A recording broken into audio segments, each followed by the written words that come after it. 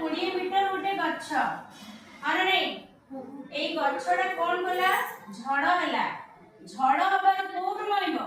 मूलरू ही पिले नइबो अरे नहीं एटा गछ थिला नई पड़िला अरे नहीं नई की कोन गला गछर मूल थारु 12 मीटर दूर रे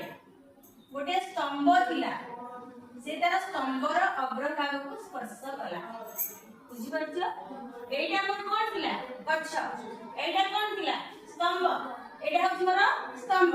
जेते बेले बात्या हला गछटा नई गला उपुडी गछटा नई की कोन गला स्तंभर अग्रभाग को स्पर्श कला ताले एटा हमर ए बी सी ताले ए बी हला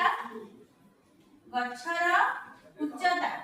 अरे नहीं ए भी कोन गछर उच्चता केते दिला 20 मीटर केते दिला 20 मीटर। अच्छा एसी कोन एसी हला गछर मूल ठारू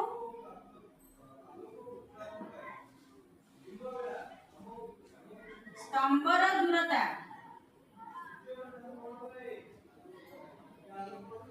इक्वल टू केते हला 12 मीटर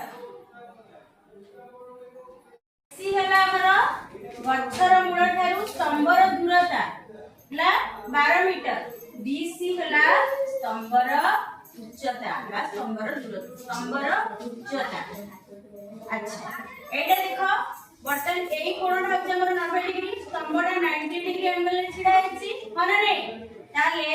BCA एक समकोणी त्रिभुज ताले BCA समकोणी त्रिभुज रे एबिटा कोन कोन एबिटा कोन बड़ बेटा कोन एबिटा कोन ए AC टा कोन भूमि AC ला भूमि ताले BC टा कोन लंब ताले हमें जानि छे पिथागोरस सूत्र रे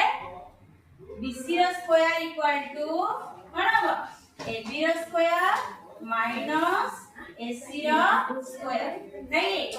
लंबर वर्ग समान कर्णर वर्ग माइनस कार वर्ग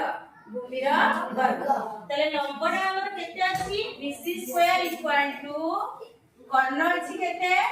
20 रो वर्ग माइनस 12 रो वर्ग 20 रो वर्ग केते को 20 रो वर्ग केते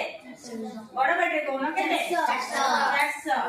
12 रो वर्ग केते 400 रु 144 पडिले केते हला 256। अच्छा तारे BC केते हला ना BC इक्वल टू 256 रो वर्ग मूल 256 रो वर्ग मूल केते हबो को संख्या को सेही संख्या रे गुणिले 256 हबो 16 ताहले स्तंभर उच्चता इक्वल टू 16 मीटर केतेला 16 मीटर बुझी परला हां हां नहीं